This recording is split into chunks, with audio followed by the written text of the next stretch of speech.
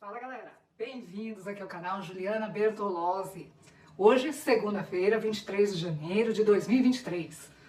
Eu faço sempre questão de falar a data na qual eu gravo os vídeos, porque a edição é demorada, a análise aqui pela plataforma também demora e muitas vezes os vídeos não são publicados na data da gravação. E como as coisas mudam muito rapidamente, aliás, tem mudado com uma velocidade bem absurda, né, ultimamente. Então eu sempre faço questão de falar a data na qual eu falei, na qual eu gravei o vídeo, porque o vídeo pode até estar obsoleto no dia da postagem, né, do jeito que as coisas estão aceleradinhas, né, com o desgoverno. Enfim, pessoal, dando sequência ao vídeo anterior, eu vou continuar aqui listando os acontecimentos que levaram à eleição de Luiz Inácio. No vídeo anterior eu falei sobre a anulação de seus processos na Operação Lava Jato, todas as manobras jurídicas que o tornaram elegível, na verdade nem todas, porque aí aquele ódio que a gente já tem pelo STF vai triplicar e, né, vamos ficar zen, vai começar bem a semana, ficar zen, certo? E hoje, nesse momento aqui, nesse vídeo, eu quero lembrar de outras coisinhas que contribuíram para a eleição do descondenado. Repito, mais uma vez, que baixamos demais a guarda. Estávamos muito mais preocupados com os candidatos da chamada terceira via, que já nasceu morta, do que com Luiz Inácio. Luiz Inácio tinha ao seu favor a maior emissora do país, que passou os últimos 4 anos batendo, detonando, criticando e destruindo a imagem do presidente Jair Bolsonaro. É mais ou menos o que essa furadeira aqui em cima, talvez, esteja fazendo comigo neste momento. Essa tal emissora é uma verdadeira máquina de moer, destruir reputações. E sua missão principal era destruir a reputação do presidente, de sua família, de seus apoiadores. Afinal, quem foi que criou o termo bolsonaristas, radicalistas, extremistas? Pensa, né? Essa emissora ainda é a maior do Brasil, apesar de ter perdido muito valor, ter perdido muitos telespectadores nos últimos anos, mas há quem continue dando muita audiência para as novelinhas, para reality show e principalmente para o jornalzinho, né? Para aqueles jornalzinhos mequetrefe lá que agora adora levar a senhora Canja.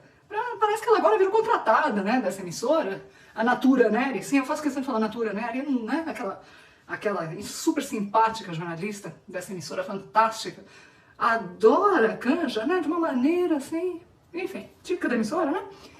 Bom, temos que admitir que o Jair Bolsonaro sempre teve uma relação turbulenta com a mídia em geral. Não é pra menos, né? Afinal, a mídia passou 4 anos destruindo a reputação do presidente. E essa mídia, extremamente ressentida, escanteada, zombada pelo presidente, por nossos apoiadores, trabalhou duro mesmo para destruir a sua imagem, principalmente durante a pandemia causada pelo Covid-19. O mantra criado pela mídia em geral e principalmente por essa emissora foi endossado pelo coro de opositores ao presidente Jair Bolsonaro e repetido exaustivamente, seguindo a cartilha petista à risca. Tudo começou com o ódio contra Sérgio Moro, o homem que prendeu Lula e caterva. E esse ódio triplicou e engoliu Bolsonaro quando Moro foi nomeado ministro da Justiça. Continuaram seguindo à risca a cartilha que todos conhecemos. Enquanto a mídia não parava de exibir imagens e reportagens sobre covas sendo cavadas sem parar, corpos sendo retirados de hospitais e de casas e residências em sacos pretos, famílias chorando a perda de seus entes queridos, o mantra foi sendo cada vez mais repetido. Bolsonaro genocida, Bolsonaro genocida. Cadê as vacinas? Bolsonaro genocida, cadê as vacinas? O mantra foi aumentando. Bolsonaro genocida, máscaras, álcool gel, fique em casa, lockdown, genocida, vacinas. Se não fosse pelo Dória, nós não teríamos vacinas. Bolsonaro não teria comprado as vacinas. Viva o SUS! O SUS é um órgão do governo federal.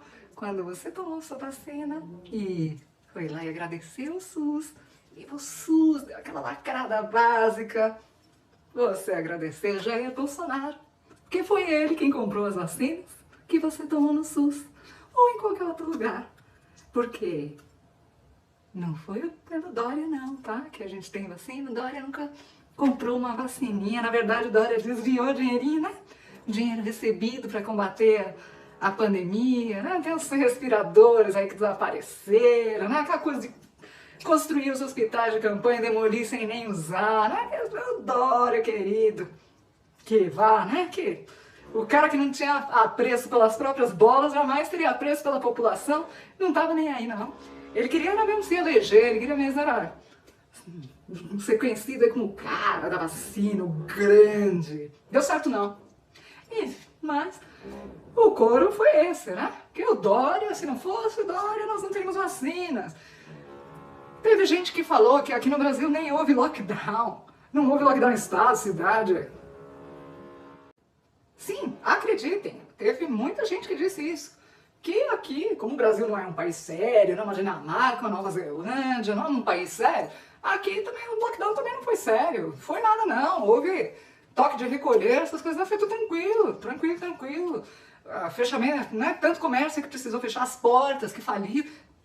Gente, não houve lockdown. Em Araraquara, por exemplo, cidade do prefeito Edinho, brother do Luiz Inácio, né? Nossa, não, foi tranquilíssimo o lockdown lá. As pessoas não tinham acesso a pão, por exemplo, porque não havia onde comprar, não havia nem sequer onde comprar farinha para fazer pão em casa. Ai, que beleza, mas não teve nada não, tá, gente? Eu tenho parentes que moram lá, mas deve ser doidice da cabeça deles, né? Não, a gente aqui não teve lockdown, não, porque o país não é um país sério, né? Aqui não tem ordem, aqui não tem nada, né? Na verdade, o pessoal aqui só pensa em ter armas, ninguém liga para as escolas, ninguém liga para os anos de educação que foram perdidos, ninguém liga para nada, né? Ninguém liga para livros, Bolsonaro acabou com o país. Esse foi um mantra repetido. Foi criada até uma CPI para apurar se Bolsonaro demorou a comprar as vacinas, se foi responsável. E não deu em nada, né? Só gastou dinheiro público. A tal da CPI não deu em nada. Na verdade, deu. Na verdade, mostrou que a existência do consórcio do Nordeste, Carlos Gabas, que deveria ter sido convocado para depor. A CPI revelou muita coisa, mas não foi atrás disso, não. Eles queriam mesmo era pegar o Bolsonaro. Não deu muito certo, não. E, à medida em que os acontecimentos iam se desenrolando, o mantra também ia mudando. Mas a essência era sempre a mesma, né? Bolsonaro genocida, vacinas, viva SUS, fique em casa. E de repente o coro foi mudando para uma outra linha. Moro mentiu, Moro foi desmascarado, Moro traiu Bolsonaro, Moro traiu o país, Moro prendeu um inocente. Moro foi pego com a boca na botija. O inocente foi solto, descondenado, teve todas as suas condenações anuladas. O coro dizia, Moro mentiu, foi tudo armado, Lula sempre foi inocente. Moro produziu as provas da cabeça dele, né? Aquelas provas mais do que contundentes. Todo mundo ali naquela operação era inocente, imagina, lavagem de dinheiro, corrupção, nada disso, todos aqui é uma santidade, assim, só falta beatificar mesmo. A galera aí do Partido das Trevas que passou por tudo isso, foi preso, olha só que sofrimento, né? Lula sempre foi inocente, a justiça foi feita e surgiu um herói para os petistas na figura do iluministro Cabeça de Rolon. O STF, fantástico, justiça. Se não fosse pelo STF, Bolsonaro teria destruído o país com a bomba atômica da China para acelerar o genocídio em massa. O STF, ó, fantástico, super de confiança, melhor instituição do Brasil. Amamos o Cabeça de Rolon. E o coro continuava. Bolsonaro genocida. O STF salvou o Brasil. Viva os iluministas, viva os saltitantes, viva Lula, o inocente, o coitado, o injustiçado. Queremos sim que Bolsonaro morra. Torcemos para que Bolsonaro morra. Sim, nós torcemos para isso. Sim, nós odiamos Bolsonaro. Bolsonaro não nos representa. Bolsonaro é um ogro. Bolsonaro come farofa e derrama no chão. Bolsonaro come pastel na mesa. Bolsonaro fala palavrões. Nós odiamos Bolsonaro. Ele não nos representa. E odiamos tanto que estamos dispostos a votar em uma pedra, se for preciso, para que ele não seja reeleito. Mas graças a Deus que surgiu o Lulinha, paz e amor, né? E que ele se candidatou, né? Para que o amor pudesse então vencer o ódio. Mas esse ódio era, né? O ódio do bem, né, gente? Porque, né? O fato de que o presidente Jair Bolsonaro não falava sobre seus feitos em cadeia nacional também foi um fator importante e que contribuiu para esse cenário. Apenas os seus apoiadores acompanhavam suas lives. Claro que os petistas também, mas eles iam lá só para azucrinar mesmo, né? E não foi suficiente. Nós, os bolsonaristas, os da direita, nós tentamos, sim, fazer aquilo repercutir, mas não era o mesmo que falar em rede nacional. Muita gente, esclarecida até, não tem conhecimento sobre as coisas que o Bolsonaro fez em prol do país, não. A extrema pobreza caiu para a mínima história em 2020, mas foi necessário ter a chancela do Banco Central. Foi necessário que o Banco Central divulgasse isso para que as pessoas acreditassem, para que a própria mídia acreditasse. Nunca o termo fake news foi tão usado e tão difundido. Tudo que nós disséssemos, nós, direita, os apoiadores, os bolsonaristas, como nos chamavam, extremistas, motoristas, taxistas, tudo que nós disséssemos era imediatamente considerado fake news. Ainda que tivéssemos dados, números, provas, imagens, fotos, vídeos, não, ninguém ouvia a gente não. Éramos imediatamente taxados de fake news e ninguém queria saber. Foi criada uma CPI para investigar jornalistas e apoiadores do presidente Bolsonaro para apurar se o que eles diziam era fake news. Muitos tiveram suas contas em redes sociais banidas, suspensas. Muitos tiveram seus canais banidos e perderam o seu meio de ganhar vida. Muitos tiveram de recorrer a outros empregos, muitos tiveram de sair do país para não serem presos. Foi criado um site para elencar todas as conquistas do governo Bolsonaro, www.entregasdogoverno.com. Mas o site não foi um grande sucesso entre os opositores do governo e da mídia, né? Que fazia de tudo para desacreditar os feitos de Jair Bolsonaro. E Lula, que começou a campanha muito antes do permitido por lei, olha, nunca foi punido por isso, imagina, né? Que seria uma contradição, né, gente? Lula, pô. Ele soube usar muito bem esse material em benefício próprio. Algo que o PT, aliás, sempre soube fazer com maestria. Vou citar um exemplo. Lula, crítico ferrenho das privatizações, usou essa sanha dele como um dos principais motes da sua campanha: acabar com as privatizações e revogar as medidas tomadas durante o governo Bolsonaro. As promessas da campanha de Lula, aliás, podem ser resumidas em apenas um único ponto: anular, apagar tudo o que foi feito durante os 4 anos de governo de Jair Bolsonaro e, literalmente, apagar esses 4 anos da história. A campanha de Luiz Inácio foi basicamente composta por promessas praticamente impossíveis e que repetiam a exaustão que os pobres seriam felizes de novo, voltariam a comer picanha, voltariam a sonhar. E, como todos sabem, uma mentira repetida 1000 vezes acaba virando verdade.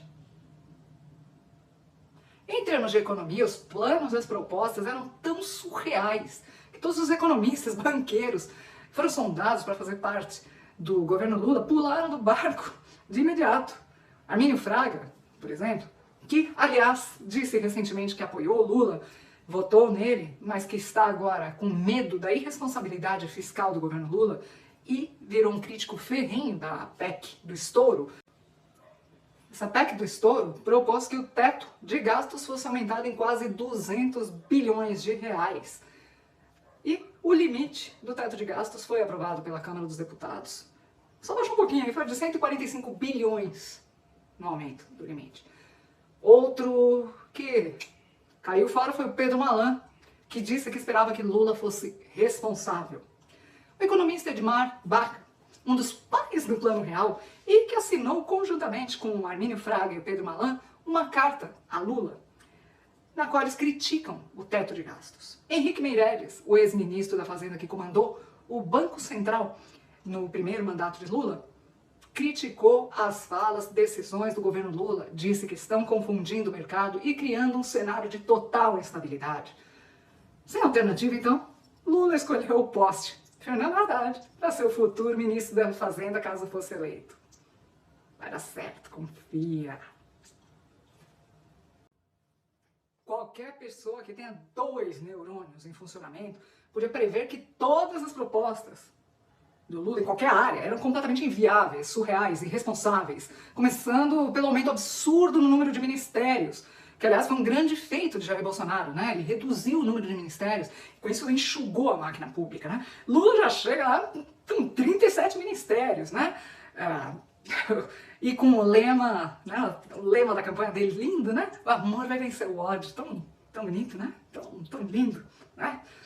Na minha opinião, pessoal, é um lema um tanto quanto irônico, considerando que os petistas, seus apoiadores, eram tão críticos a Jair Bolsonaro a ponto de desejar a morte, torcer pela morte de Jair Bolsonaro, fazer memes e piadas fúnebres de extremo mau gosto relacionadas à morte de Jair Bolsonaro, o sofrimento, o chamado ódio do bem, né? Lula foi crescendo e o perigo foi ficando cada vez mais real. Mas mesmo assim, nós não levamos a sério.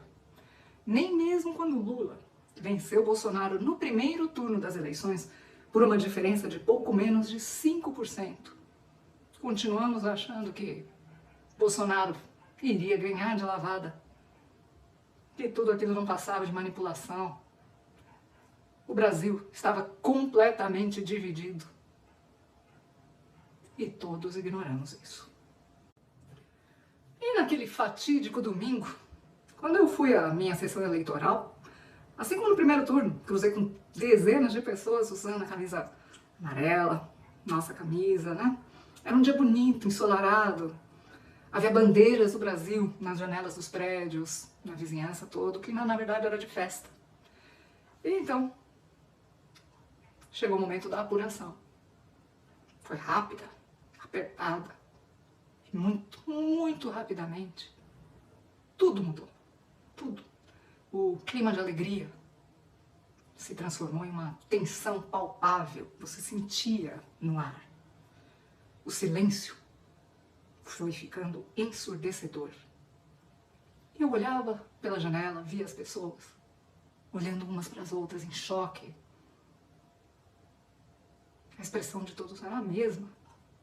Era um choque, incredulidade. E não muito longe de onde eu estava, comecei a ouvir gritos, insultos, provocações, palavrões. Eram os petistas, saindo das sombras e começando a provocar os patriotas. O jogo havia virado. Houve até quem soltasse fogos. Houve quem comemorasse com insultos ao presidente Bolsonaro. Os xingamentos foram crescendo. Os patriotas começaram a gritar de volta. Ladrão! Fora Bolsonaro! E foi então que veio o anúncio oficial. Lula havia sido eleito presidente do Brasil. Iniciamos com 99, quase 99,9, 99,8, 84% dos votos apurados, com a vitória do candidato Luiz Inácio Lula da Silva, com aproximadamente 50,9% dos votos, contra o candidato e presidente Jair Bolsonaro, 49,1% dos votos. Uma diferença aproximada de 2.100.000 votos do primeiro candidato vencedor em relação ao segundo. Confesso que pessoalmente, eu estava numa espécie de transe. Eu não conseguia raciocinar direito, eu parecia presa em um pesadelo. E naquela noite de 30 de outubro, devido a circunstâncias pessoais, eu estava morando em um quarto na casa dos meus pais, que são petistas ferrenhos, assim como os meus tios e outros parentes. Todos eles participaram, de alguma forma, da fundação do partido. Meus pais, na verdade, se desfiliaram do PT quando estourou o escândalo do mensalão. E, durante muitos anos, votaram nulo para qualquer eleição, deputado, prefeito, governador, presidente, o que fosse, exceto em 2018 e em 2022. E eu ouvi o deboche, os risos, a comemoração, o choro de alegria vindo da sala, entre xingamentos e entre frases como: o filho da... agora vai ver, maldito, filho da... desgraçado, aquele desgraçado genocida, maldito, nojento. Claramente o amor venceu o ódio, sim. Vou parar esse vídeo por aqui. Continuamos no próximo vídeo. Vamos analisar, vamos sair do transe coletivo que nos dominou com o anúncio de que Lula havia sido eleito presidente do Brasil e vamos então prosseguir com a análise dos acontecimentos que vieram depois desse anúncio. Até o próximo vídeo, pessoal. Um abraço. Aqui é a Juliana Bertoloni.